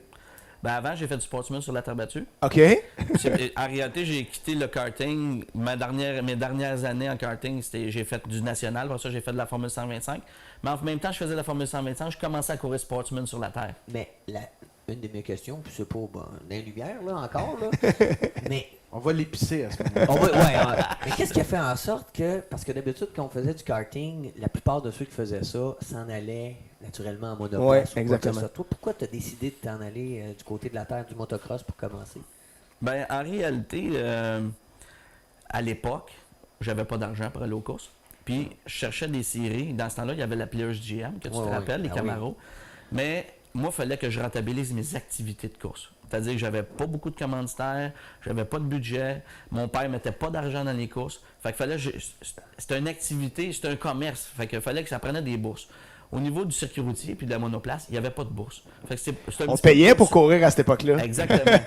Encore aujourd'hui. Oui. Mais c'est pour ça que j'ai bifurqué vers le sportsman sur la terre battue, parce qu'on avait des bourses. Puis je me rappelle à l'époque, mais là, mon père, c'est un comptable agréé, faisait ma comptabilité des courses. Je finissais toujours avec un petit profit, 100$, 200$. C'est bon, Je ça? venais à bout de rentabiliser mes saisons, mais en faisant attention à mes dépenses, en travaillant tu sais, à couper toujours les coûts. Puis, Ça veut dire que tu as toujours pris ce monde-là comme un business. Tu as, Oui.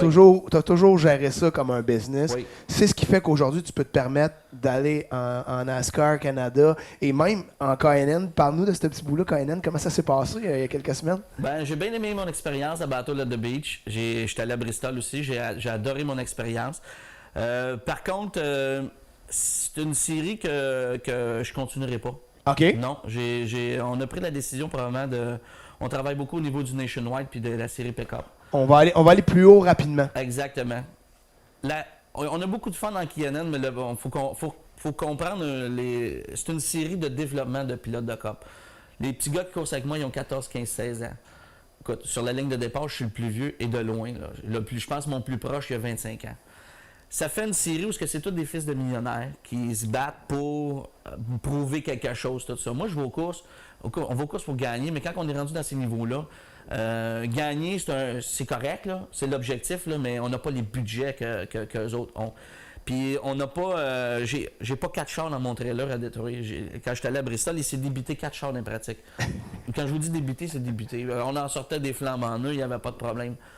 Gaspiller de l'argent comme ça, moi, si je veux continuer à aller au cours, je suis pas capable de faire ça, surtout pas dans ces niveaux-là. Parce que tu sais, on se cachera pas de l'extérieur lorsqu'on voit Martin Roy travailler, on se dit, bon, ben ça doit être un puissant fond, cette aventure-là. Mais tu arrives à quand même prendre conscience de certaines choses puis d'arriver à en tirer un profit. Mais tu me parlais tantôt, j'ai toujours vu la course automobile comme une business. C'est pour ça que ça fait 27 ans que j'y vais. Puis si j'ai une petite étoile de chance, je vais continuer encore parce que je rentabilise mes activités avec des commandites puis des bourses.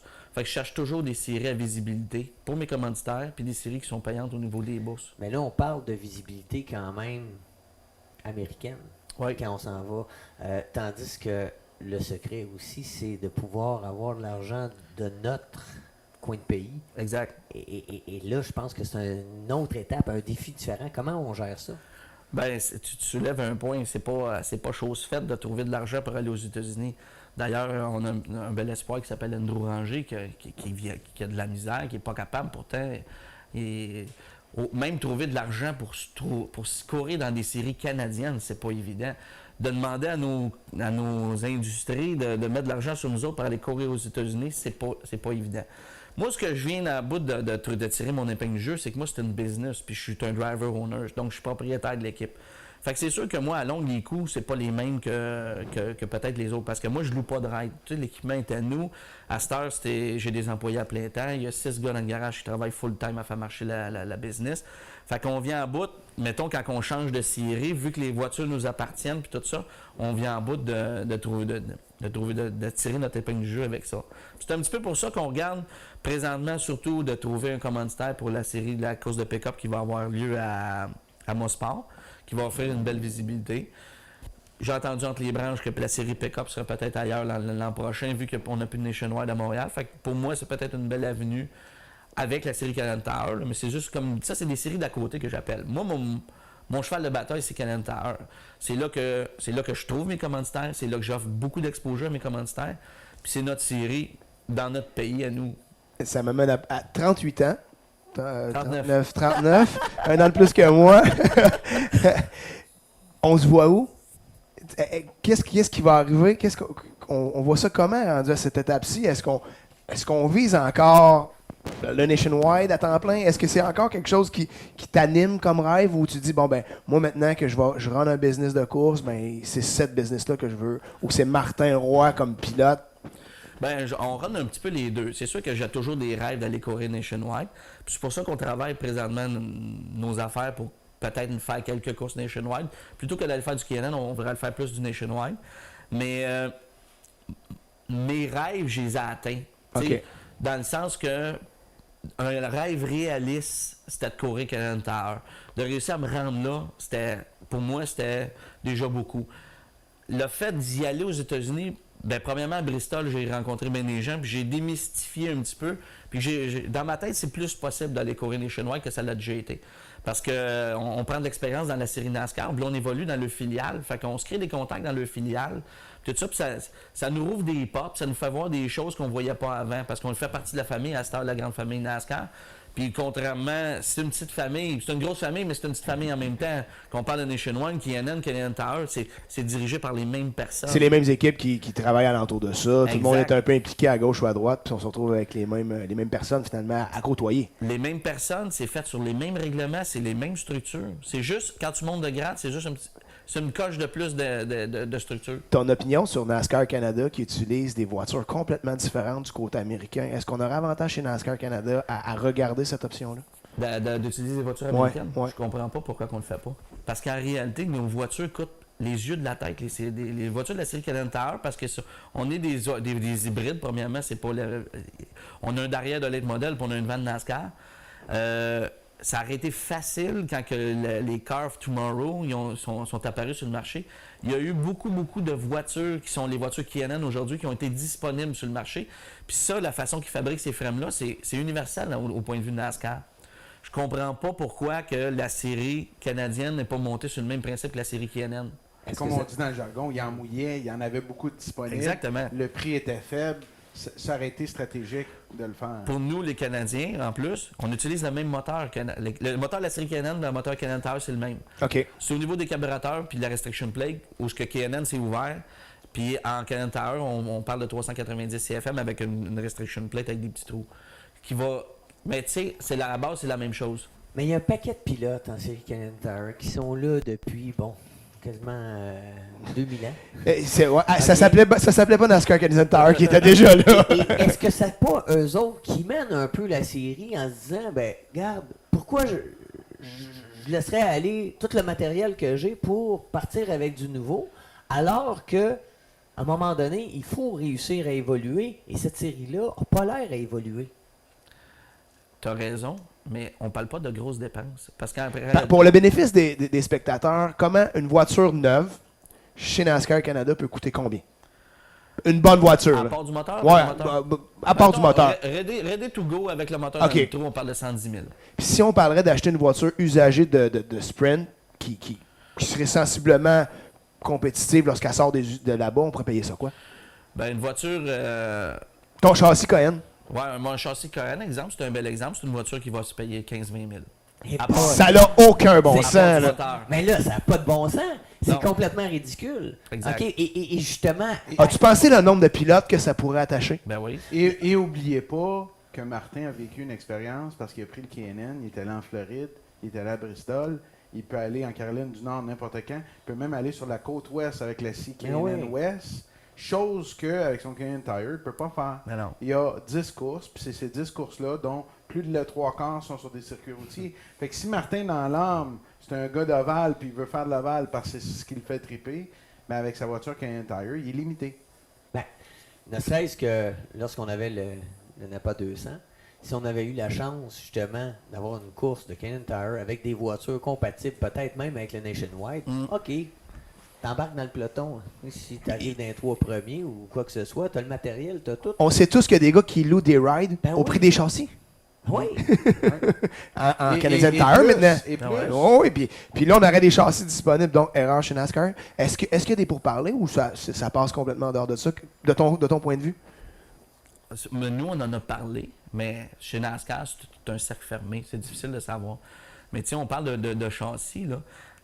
Les pièces disponibles de les grosses équipes de COP, nous, on peut racheter des pièces. Mais tu sais, qu'on parle de système de freinage, c'est une voiture Canadian Tire. On parle d'un système de freinage qui n'est pas capable d'arrêter ces voitures-là. Il y a des déficiences au niveau de ces voitures-là que si on utiliserait les voitures KNN, avant, on parlait de body toll au niveau du NAS. Ça, un body toll, c'est excessivement dispendieux. Mais aujourd'hui, on peut acheter des body monocoques en fibre de verre. Ça coûte 4 500$. Tu déposes ça sur la voiture, c'est ça qu'on utilise en KNN. Ben, fait que donc, la série Canadian Tire, présentement, la série canadienne, elle pourrait couper ses coûts de beaucoup.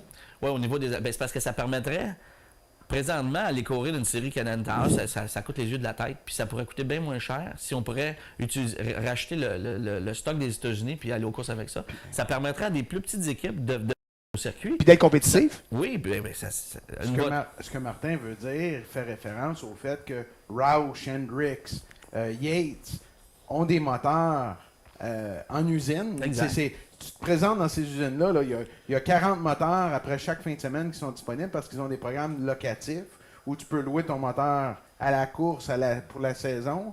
Puis eux, quand ils ont fait X nombre de tours, ils le vendent aux enchères pratiquement.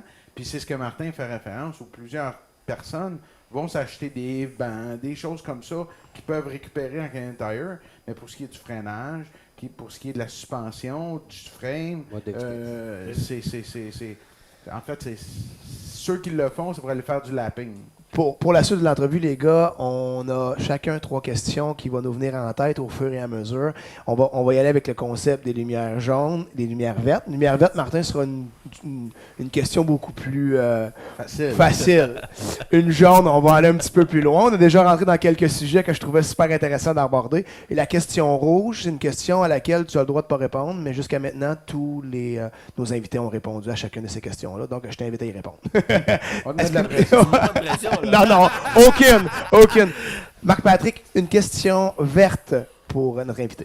Martin, ceux qui t'ont vu du côté de Plattsburgh te surnomment la Bamba. Pourquoi? Ben, la Bamba. Puis tu peux nous le montrer. Tu peux nous le montrer. Oui. Avec la Un top de char.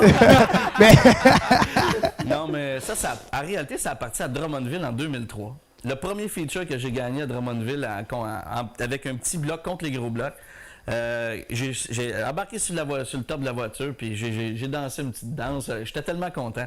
Puis après ça m'a suivi sur la terre. Puis après ça, à Plattsburgh, ça m'a suivi. Puis quand j'ai commencé à danser la première fois à Plattsburgh, c'était comme un réflexe pour moi. Puis les gens de Plattsburgh ont aimé ça. J'ai fait l'erreur un soir de pas danser.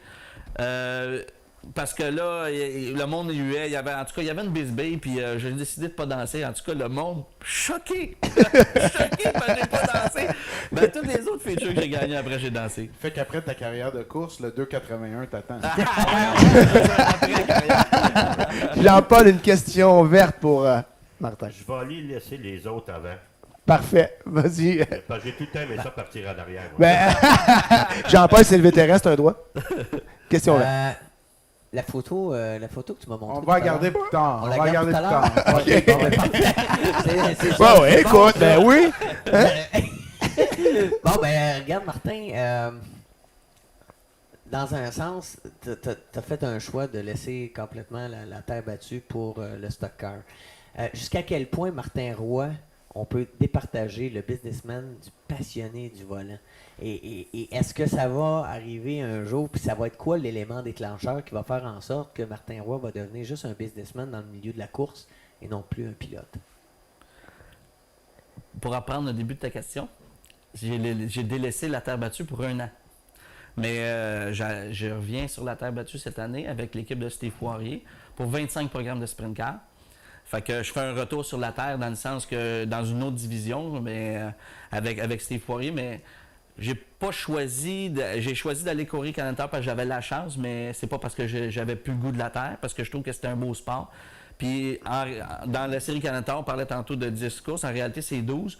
Ça me laissait beaucoup de trous dans mon programme pour aller. Puis avec Steve, j'avais le goût d'un nouveau défi avec les sprints parce que j'ai essayé ça l'année passée. Programme sprint aussi, au niveau des réflexes, on voit les pilotes de la série Sprint Cup qui utilisent cette opportunité-là pour se donner un edge sur ce qui va se passer alentour de toi. C'est-tu un peu l'idée derrière aussi? Oui, exactement. Parce qu'en sprint car, ça va très, très vite.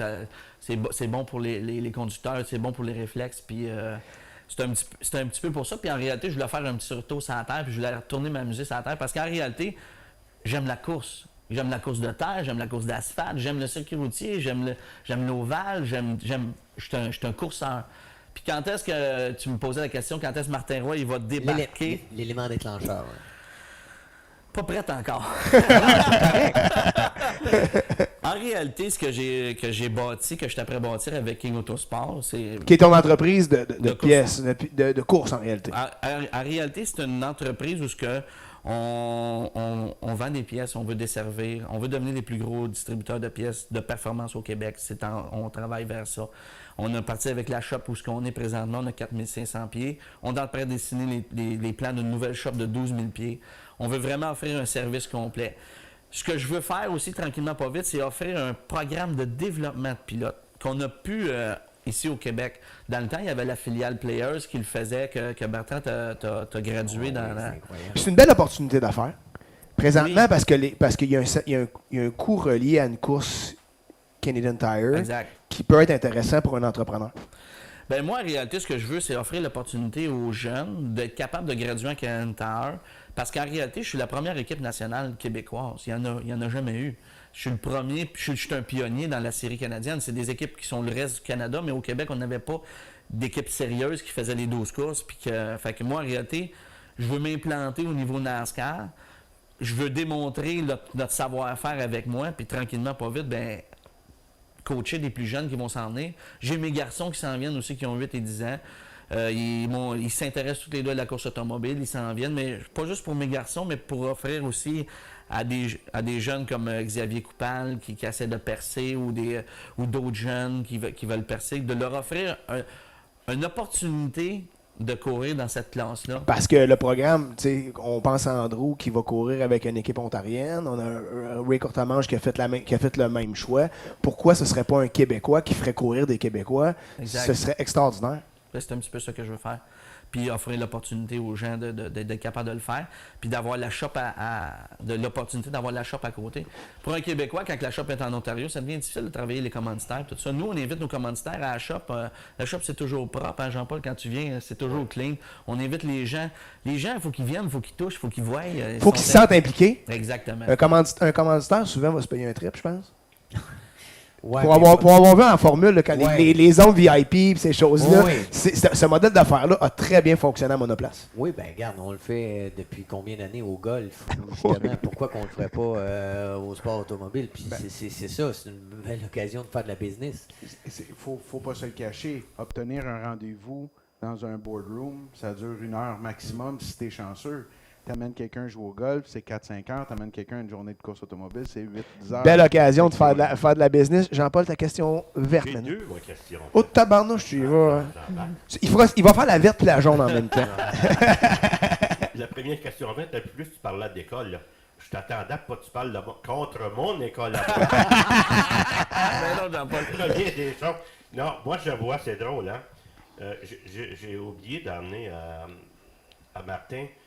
J'ai un journal chez moi, une revue, mettons, probablement le journal de Montréal, où on s'associait ensemble pour l'école. Je ne l'ai pas emmené, puis je me demande comment ça que ça a sorti comme ça. C'est ta photo qui est là, en passant. Ah oui? C'est peut-être toi qui l'as sorti, cette affaire-là. Ça a sorti quand, ça, On Jean-Paul? se connaît depuis longtemps. Je l'ai trouvé dans mes papiers la Ok. semaine passée. Voici une question rouge. 5-6 ans d'après moi. Ouais, ben dans tes débuts, Jean-Paul. Ça a dû Ouais. sortir dans tes débuts, ça. Exactement. Mais pas plus que ça, fait 9 ou 10 ans Ouais, que je ouais. suis à l'école. Oui, t'as raison. Cette fois-là, t'as raison. Est-ce que Martin Roy pourrait s'associer avec ce genre de produit-là? Oui, Absolument. oui, parce qu'en réalité, c'est l'école à Jean-Paul Cabana, ça développe beaucoup de pilotes. D'ailleurs, Isabelle a passé par chez vous, puis on pourrait nommer plusieurs des gens qui commencent à percer, qui ont passé chez Jean-Paul.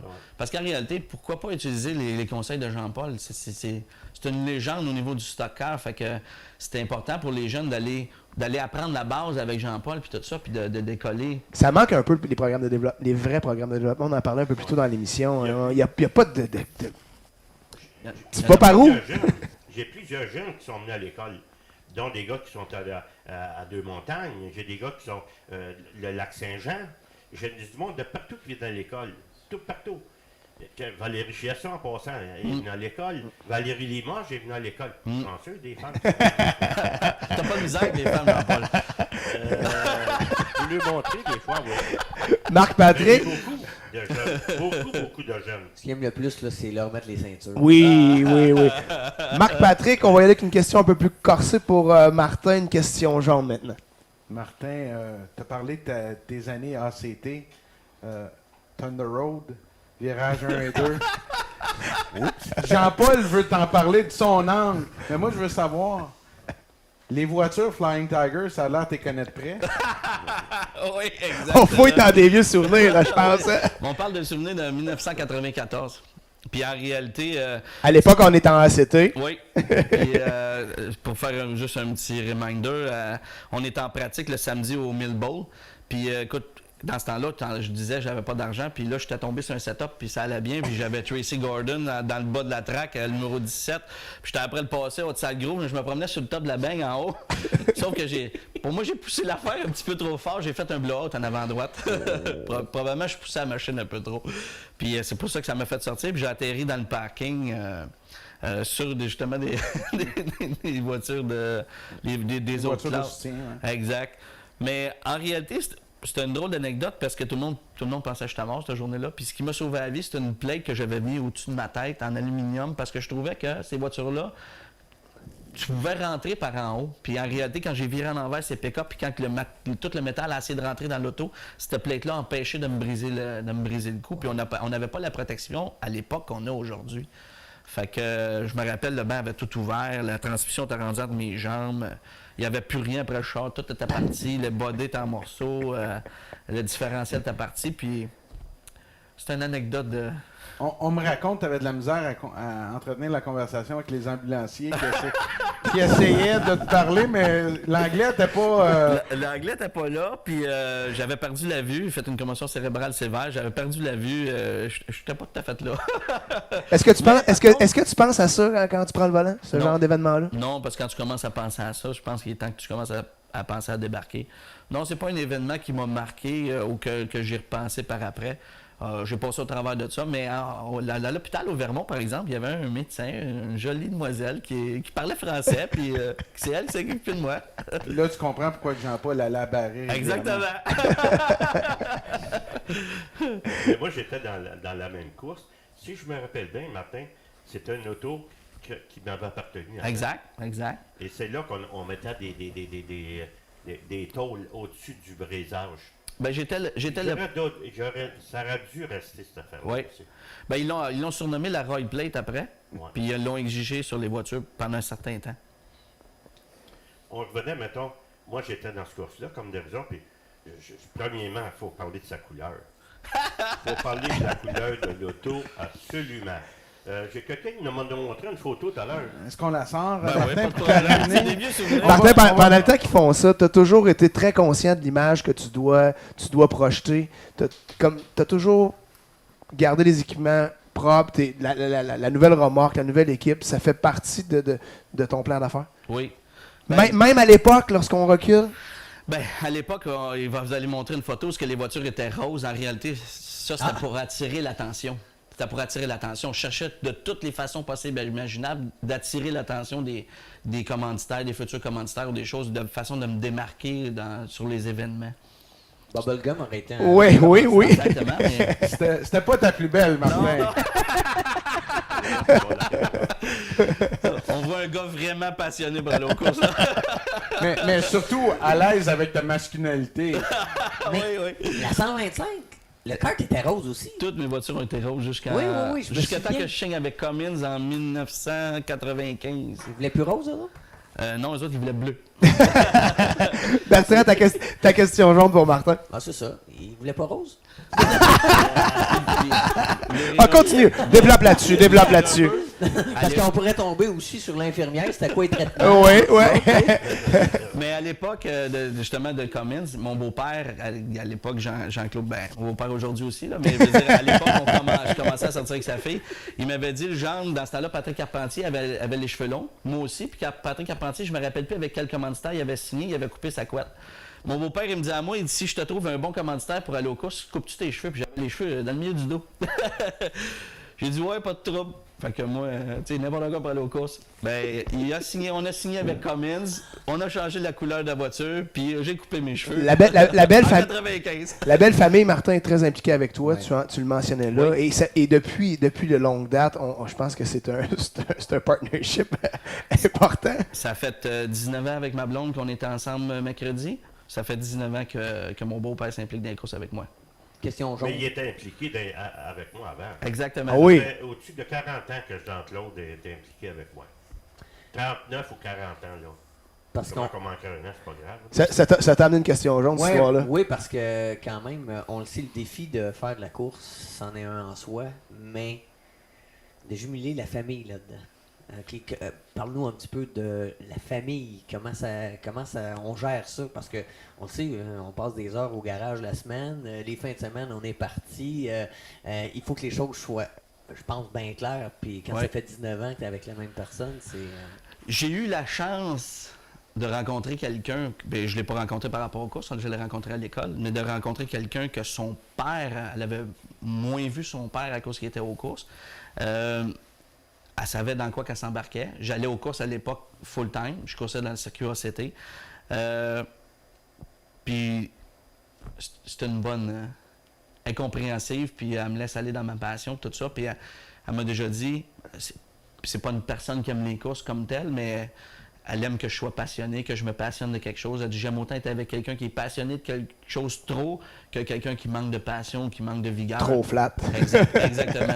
Il y a une chose aussi, là, que la personne qui parle comme de raison, je la connais bien, moi aussi, là. Tu l'as vu grandir, Jean-Paul? Je l'ai vu grandir. Tu as dû l'avoir à de sortir? Et elle qui changeait les pneus dans le char rose. Ah oui, c'est vrai. Hamilton, puis à Barry, là, avec le char rose. Elle est impliquée en tabarouette. Ouais. Ben- S'il faut que les enfants soient impliqués comme ça, son avenir est assuré à Martin. Là, je veux dire, il va avoir de la relève, toi. Ouais. Marc-Patrick, maintenant, on va aller dans le plus corsé, dans le vif du sujet, une question rouge. Martin, plus business, plus pilote. Mais quand tu avais la voiture rose, puis c'est Bertrand qui l'a pensé, faut que je lui donne le crédit. Comment ça, t'as pas pensé à Bubblegum? J'y ai pensé, on a fait des approches, mais ça n'a pas fonctionné. Mais sérieusement, est-ce que tu te vois plus mettre ta carrière de pilote de côté, puis plus prendre... Puis c'est difficile, c'est pour ça que je la mets dans le rouge. Gérer ça comme une business? Présentement, non, je suis pas prêt à mettre ma carrière de pilote de côté. Puis la business a besoin que je continue aussi pour que je sois présent sur les pistes de course. Mais je suis ouvert aux opportunités. Puis je pense que je vais gérer ça année après année. Dans ce qui me concerne, moi, j'ai pas fini mon achèvement dans la course automobile. Cette année, on vise le championnat Canadian Tower. L'année passée, on a fini recrue de l'année. Cette année, on s'en va aux courses sérieusement, dans le sens qu'on s'en va pour le championnat. L'année passée, vers la fin de la saison, on a roulé dans le top 5 régulièrement. J'ai l'idée des courses en série Canadian Tower. Je sais que je suis capable de gagner. Ça va juste me prendre un petit peu de chance, puis on va s'en aller en avant. Puis l'année passée, c'était une année de rodage pour l'équipe. C'est une nouvelle équipe. Je suis parti aux courses avec des gars de terre. C'était pas des gars d'asphalte à la base. On a monté quelque chose d'extraordinaire en peu de temps. Parce que si on recule en janvier l'année passée, on n'avait même pas d'équipe. On n'avait pas de boat, on n'avait rien. Puis ce qu'on a bâti, si les gens viennent au garage, vont voir l'ampleur du travail qui a été fait. Puis cette année, on s'en va aux courses pour gagner. Puis on est rendu là. Puis quand on n'aura pas gagné, c'est le circuit Canadian Tower. Je pense que ça sera pas fini. Puis tout à l'heure, on a parlé de Nationwide. Fait que mon premier rêve, c'était vraiment de courir Canadian Tower, de courir dans Ça évolue, c'est un rêve. Exactement. C'est pour ça que tranquillement, mon rêve est en train d'évoluer à peut-être faire quelques courses ou peut-être une saison nationwide, mais pas tout de suite. On n'est pas prêt à ça présentement. On est vraiment prêt à être bon chez nous. Puis après ça, on va s'essayer à l'extérieur. Bertrand, on va terminer avec ta question rouge. OK. Bon. Il y a plusieurs personnes qui ont dit à Martin Roy délaisse la terre battue pour s'en aller sur l'asphalte parce qu'on manque de professionnalisme sur la terre battue. Est-ce que, c'est vraiment le cas? Et comment on compare les deux? Puis, lesquels qui ont le plus d'avenir? Parce que je pense que, en tout cas, je te laisse avec ça. Puis C'était une bonne question, Bertrand. Oh, ça, quand ça commence, c'est une bonne question, Bertrand. Ça, c'est comme, je cherche... Ce que je trouve personnellement au niveau de la terre battue, puis quand que je parle au niveau de la terre battue, je parle pas des coureurs, puis je vise pas personne en particulier, mais on va parler de l'organisation Dirt, où ce qu'à mon livre, à moi, c'est René à Mickey Mouse, pas mal. Les gens ont été témoins de différentes choses qui sont arrivées, comme les tailles pas légales de Billy Decker, qui est parti avec la bourse de 10 000 à Syracuse, tu l'as dit tantôt, j'étais le premier Québécois à l'aider, mais j'avais le directeur de course qui était sur le bord de mon trailer qui me demandait quand je pitais parce que je t'avais fait manquer de gaz à Billy Decker puis à tous les gros noms de la série sur la piste de course. On est Québécois, mais on n'est pas capable on n'est pas capable de puis on parle, mais on va pas parler de Mario Claire qui a gagné le championnat, mais dans le fond d'eux, on n'a jamais vu ça venir, que là, on a un Québécois qui est capable. Les Québécois sont capables de gagner, c'est parce qu'ils nous mettent des bâtons dans les roues. Mario Claire, l'année suivante, il est disqualifié pour le carburateur, disqualifié pour ci, disqualifié pour ça. En réalité, moi, je pense que Mario Claire, il était légal partout, mais qu'on n'a pas le droit de performer dans ce circuit-là. Outre ça, est-ce que à ton point de vue, est-ce que la terre... Je fais toujours attention quand on discute de ces sujets-là, parce qu'il y a tellement de gens qui s'impliquent là-dedans, puis tu sais qu'on ne peut pas défaire ce boulot-là, mais est-ce que tu considères que le sport de la terre battue réussira pas à se vendre à cause de son format et de son espèce d'historique un peu rural? Je pense que présentement, un gars comme Dominique Lucier de l'Autodrome Granby, qui est rendu propriétaire de Saint-Marcel, travaille fort à développer son sport. Mais je pense juste qu'il manque juste quelque chose à notre sport, parce qu'en réalité, que ce soit de la terre ou de l'asphalte, c'est des courses, OK? Puis, entre vous et moi, le spectacle, ça à terre, c'est tout un spectacle. Puis c'est méconnu, c'est ça qui est le problème. Quand on parle aux gens, ils pensent qu'on tourne d'un rond de boîte. Mais quand les gens viennent nous voir, s'aperçoivent que c'est quoi qu'on fait. Puis c'est tout notre exposure qui manque. En réalité, on serait télédiffusé sur TVA Sport tous les vendredis soirs, même si c'est en différé, c'est pas en direct, là. Puis on va faire connaître notre sport aux gens, là. Ça remettrait toute une autre dimension à... Ce qui se passe avec NASCAR Canada, finalement. La force de NASCAR Canada, c'est la télévision. Partout où on va, on est télédiffusé. On est 4 fois sur TSN, on est 3 fois sur RDS. Puis, en réalité, c'est ça qui fait tout l'exposure pour les commanditaires, que nous, on a quoi à offrir. Bon, Martin, une autre question rouge. Est-ce que tu trouves que le monde de la terre battue fait un entre les coureurs, les organisateurs, les commanditaires? Que tout le monde Est-ce que tu penses que tout le monde travaille dans le même sens? Ça serait quoi la recette pour faire en sorte qu'on puisse tous travailler dans le même sens? De ton point de vue, tu l'as vécu. Ouais. Ben, je pense que ça prend des dirigeants qui dirigent, qui mettent des règlements en place, puis qui les font appliquer. On va donner un exemple. Dans la série NASCAR, c'est les 5 premiers qui s'en vont à l'inspection. C'est les 5 premiers qui ont défait les voitures à morceaux. C'est les 5 premiers qui ont rouvert les moteurs. C'est les 5 premiers qui ont défait les transmissions. C'est pareil à toutes les courses. Peu importe c'est qui rentre. Il faut que ça soit géré ou que les 30 autres pilotes aient le sentiment qu'il y a une justice puis que c'est fait avec une structure. Je pense qu'avec l'avenue de Donald Forte, de l'avoir connu dans le passé, Donald, c'est un gars qui est rigide, c'est un gars que personne n'impressionne, Donald. Fait que probablement qu'avec des gens comme ça, là on parle pour les pilotes, mais il y a beaucoup de pilotes qui vont sentir que c'est juste pour tout le monde. S'il y a des inspections qui sont faites rigoureusement à tous les soirs, si on décide c'est les 3 premiers, les 5 premiers, c'est fait de la même façon pour tout le monde. Donc je comprends que comme c'est là, Dirt, est-ce qu'on en a vraiment besoin? De faire partie au Québec, de faire partie Je pense pas. Je pense pas, parce qu'en réalité, là, Dirt, c'est une opinion personnelle, mais je trouve que c'est Mickey Mouse. Ce qu'ils veulent de nous autres, d'après moi, c'est d'avoir nos cotisations de track. Puis le service puis le support qu'ils nous donnent, je suis pas sûr qu'il est là. Mais un gars comme Dominique Lucier, un gars comme l'équipe à Dominique, c'est des gens professionnels, sont capables de faire de quoi de bien avec notre sport. Puis on a-tu vraiment besoin d'aller se faire écœurer chez Dirt avec toutes sortes de niaiseries? Et si on faisait une comparaison entre NASCAR et Canadian Tire, mettons, et Dirt, ça serait quoi les différences entre les deux? Ben, on parle d'une organisation de NASCAR Canadian Tire ou de toutes les séries NASCAR qui sont professionnelles, qui sont gérées. C'est géré en réalité comme à l'armée. C'est pas. Il n'y a pas de passe-droit. Le sifflet, c'est à 9h. C'est à 9h qu'on rouvre les trailers. On ne rouvrait pas à 9h moins 5. Si tu pars à la queue, ton trailer, il faut qu'il rentre à 8h. N'arrive pas à 8h15. Tu rentres pas, tu t'en retournes chez toi. Mais ça fait une discipline qui fait que ça l'amène le sport à un autre niveau. Puis quand les gens viennent voir ça, ils disent « Wow, c'est professionnel ici ». Moi, j'ai vu un gars là, reparquer sa roulotte parce qu'il était 2 pouces comme ça. Là. Ben, il l'a reparqué 5 fois, il était pas à s'aligner. Ils sont 53 pieds. Mais dans ce cas, ils veulent que ça soit tout aligné.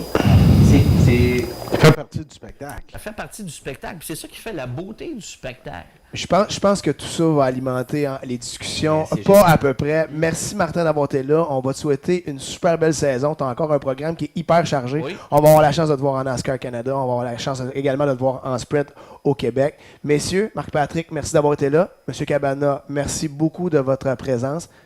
Bertrand Godin, on te retrouve à la télé sur TVA Sport.